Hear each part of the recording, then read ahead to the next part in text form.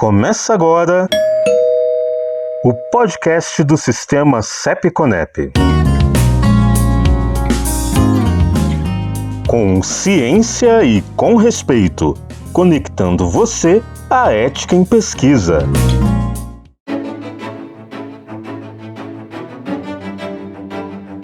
Olá, você que nos ouve! Estamos de volta com o 13º episódio do Com Ciência e com Respeito, conectando você à ética em pesquisa. Meu nome é Osiris Reis e estou sempre com você e os especialistas da CONEP. E hoje temos a participação de 4 assessoras do Núcleo de Acreditação da CONEP. E a primeira que vou apresentar é a Andréa Leite, que é doutora em bioética. Bem-vinda, Andréa! Olá, Osiris! Fico muito feliz em partilhar esse episódio com vocês e com nossos ouvintes. E contamos também com a presença da Carla Cantarucci, especialista em vigilância sanitária. Bem-vinda, Carla! Olá, é uma satisfação estar aqui com vocês. Temos também a presença da Daiane Sertório, que é mestre em ciências. Bem-vinda, Daiane! Olá, Osiris! É muito bom poder participar desse episódio junto com vocês e compartilhar esse assunto tão especial com nossos ouvintes. E para completar nossa equipe de apresentação, temos a Raiza Sfalcini, mestre em regulação farmacêutica. Bem-vinda, bem-vinda! Obrigada, Osiris! Olá a todas as pessoas que nos acompanham no Consciência e com Respeito. Muito bom estarmos todos juntos em nosso primeiro episódio.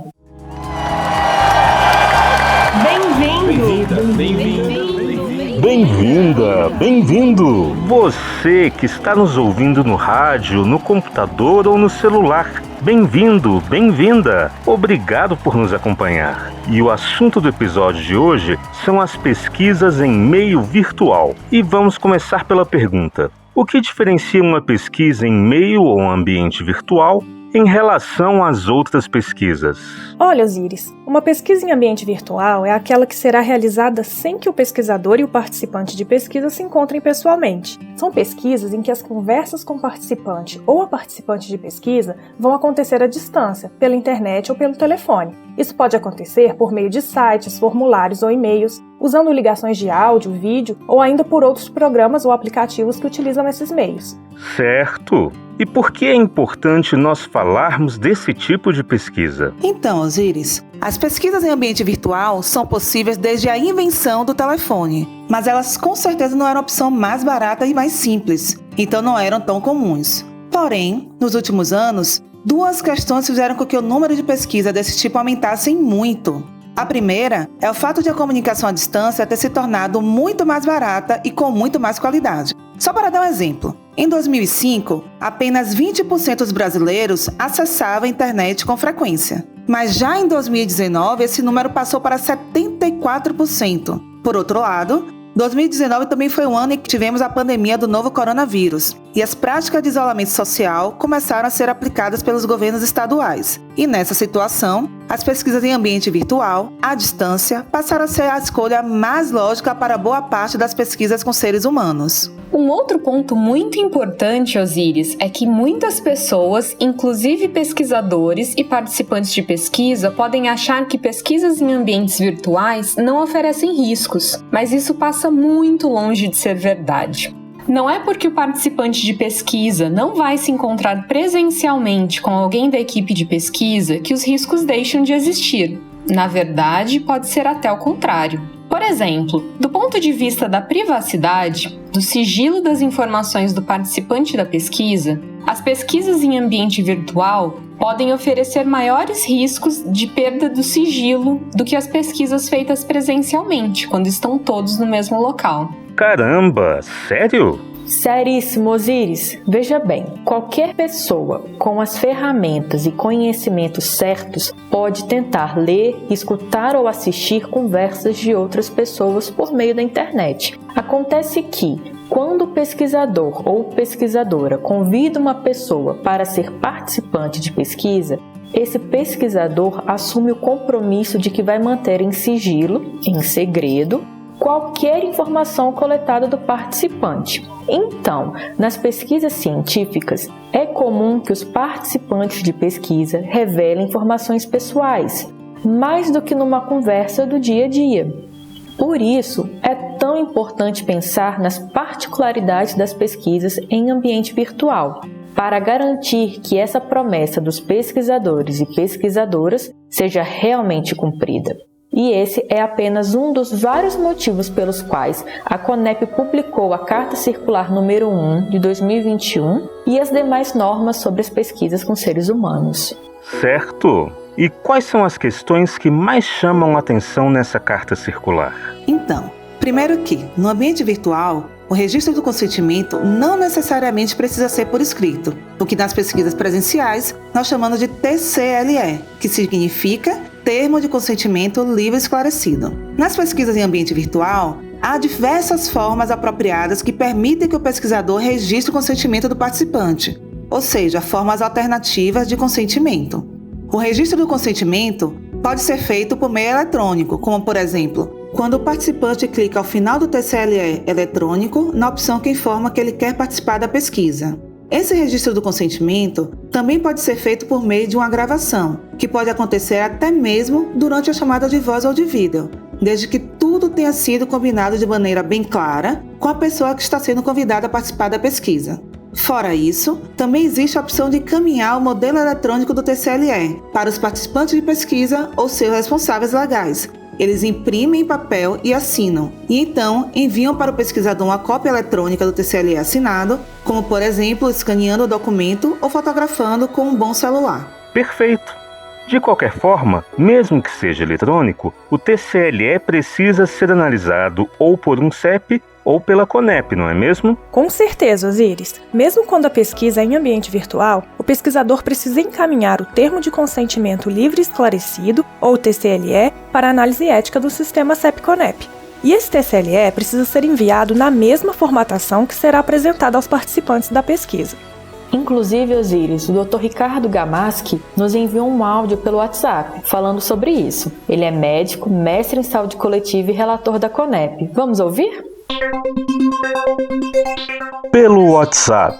Bem, o pesquisador deve encaminhar o TCLE no formato mais aproximado possível àquele com o qual será exibido ao participante de pesquisa. Ou seja, se ele faz por meio de um formulário eletrônico, quando ele enviar para o sistema CEP-Conep analisar o seu modelo TCLE, ele deve enviar já no formato eletrônico que o participante de pesquisa terá acesso. Ou seja, o objetivo é que o sistema CEP-Conep possa analisar sempre no formato mais próximo àquele que o participante de pesquisa terá acesso.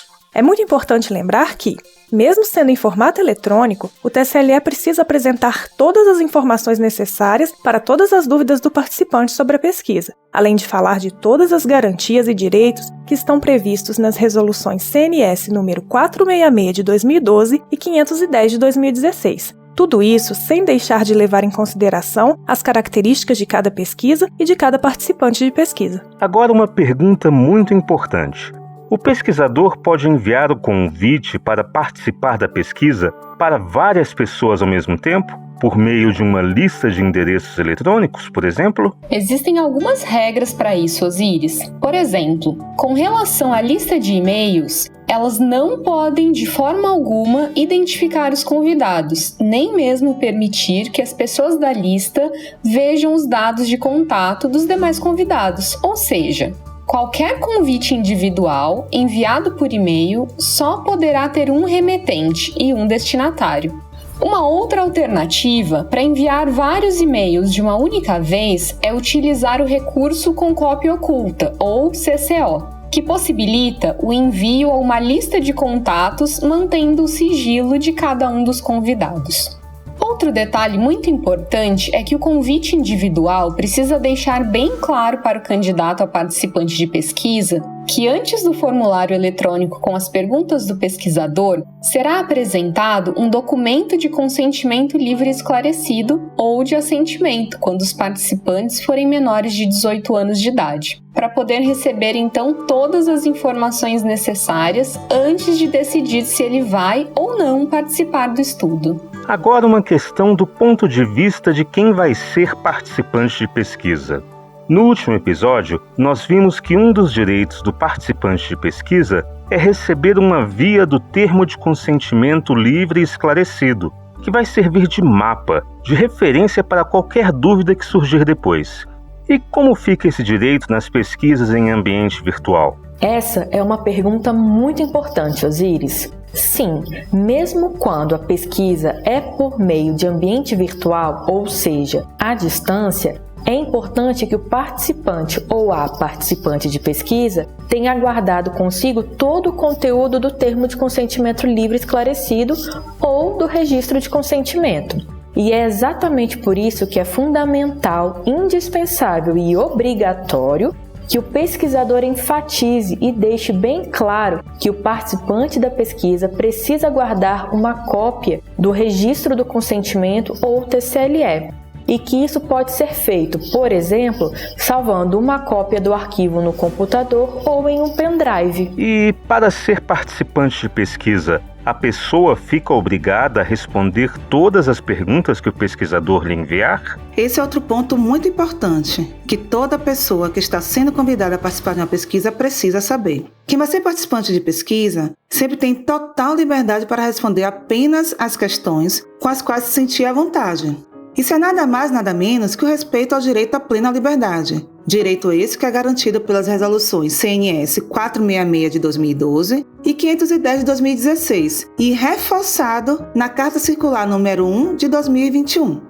Essa carta, aliás, garante o direito de não responder a qualquer questão da pesquisa sem necessidade de o participante da pesquisa dar qualquer explicação ou justificativa para o pesquisador. Além, é claro, do direito de se retirar da pesquisa a qualquer momento, mesmo que ele já tenha começado a responder ao questionário. E tem mais. Caso o pesquisador tenha perguntas obrigatórias, o documento de consentimento que o pesquisador vai apresentar ao convidado a participar da pesquisa precisa obrigatoriamente informar sobre o direito que o participante possui de não responder a perguntas com as quais não se sinta confortável.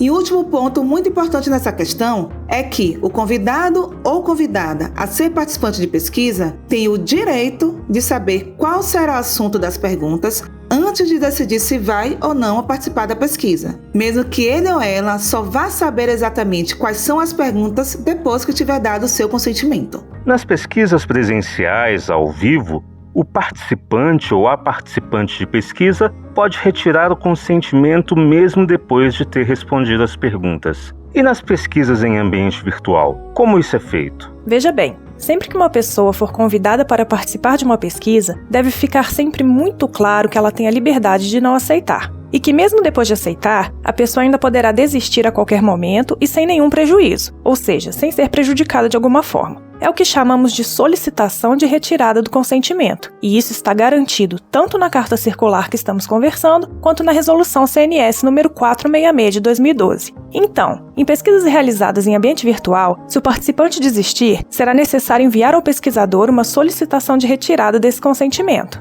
Dessa forma, o pesquisador não poderá mais usar em sua pesquisa as informações e respostas que essa pessoa lhe deu. Por outro lado, o pesquisador tem obrigação de responder ao participante, deixando claro que está ciente, que está sabendo da desistência, da retirada do consentimento e que, portanto, não vai mais usar os dados do participante. Sobre esse assunto, Osíris, o Dr. Ricardo Gamaski nos enviou um áudio pelo WhatsApp e nós vamos ouvir o áudio dele agora.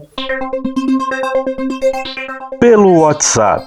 O participante pode retirar o consentimento para a utilização de seus dados na pesquisa e a própria Carta Circular número 1 já fala que o próprio consentimento, o próprio documento de consentimento já deve conter um link pelo qual o participante de pesquisa pode acessar para retirar o seu consentimento. Há que se observar, entretanto, que em alguns casos, não será possível que o participante retire o consentimento de uso de seus dados já registrados anteriormente, principalmente no caso em que o registro desses dados se dá de forma anônima, o que torna difícil para o pesquisador responsável poder excluir as respostas que já haviam sido dadas pelo participante de pesquisa. Mas a partir do momento em que o participante de pesquisa retire o seu consentimento, os dados dali para frente não podem mais ser utilizados, né? Ele tem todo o direito, da mesma forma que numa pesquisa presencial, de retirar o seu consentimento a qualquer momento. Agora uma pergunta para encerrarmos este episódio. De quem é a responsabilidade de guardar e manter o sigilo, o segredo das informações que o pesquisador coletou junto aos participantes de pesquisa? Osíris, essa responsabilidade é sempre do pesquisador. O pesquisador ou pesquisadora responsável pela pesquisa tem a obrigação de guardar de forma segura as informações que foram coletadas na pesquisa. Também é desse pesquisador ou pesquisadora a responsabilidade de escolher a melhor forma de garantir o sigilo e a confidencialidade, de manter em segredo todas as informações do participante de pesquisa. Ou seja, garantir que as pessoas que não fazem parte da equipe de pesquisa não tenham acesso às informações coletadas dos participantes de pesquisa. E é para melhor proteger as informações dos participantes que uma das recomendações que a Conep dá aos pesquisadores é que assim que terminarem de coletar os dados, tanto da pesquisa quanto os do consentimento livre e esclarecido, que eles sejam baixados, o popular download, para que o pesquisador tenha esses dados em um aparelho fora da internet e que os apague da rede mundial de computadores. Esta é uma precaução extra para evitar que no futuro alguém acesse os dados sem autorização. Muito bom, muito bom. E já estamos encerrando este 13º episódio, mas já voltamos com mais conteúdos sobre ética em pesquisa. Mas se antes disso você tiver qualquer dúvida ou sugestão, ou se quiser ouvir todos os nossos episódios, é só visitar bit.ly/ciência e respeito. Tudo junto, tudo minúsculo e sem acento. Anote aí, bit.ly/ciência e respeito. Tudo junto, tudo minúsculo e sem acento. Andréa, Carla, Daiane, Raiza, muito obrigado pela participação de vocês. Muito obrigada aos colegas, aos ouvintes e às ouvintes por esse rico diálogo. Esperamos ter contribuído para o avanço no entendimento sobre a importância desse tema. Um abraço virtual e até breve. Obrigada pelas trocas. Espero que nossos ouvintes tenham gostado e que sigam nos acompanhando aqui no podcast. Até a próxima. Foi muito bom ter a companhia de todos vocês aqui, inclusive cada um dos nossos ouvintes. Um abraço e até logo. Obrigada a todos que estão conosco, ouvindo e participando desse podcast. Espero que nossos ouvintes tenham gostado e que sigam nos acompanhando aqui no canal. Até a próxima! Então é isso. Ficamos por aqui, esperando por você no nosso próximo episódio do Com Ciência e com Respeito, conectando você à ética em pesquisa. Grande abraço e até lá!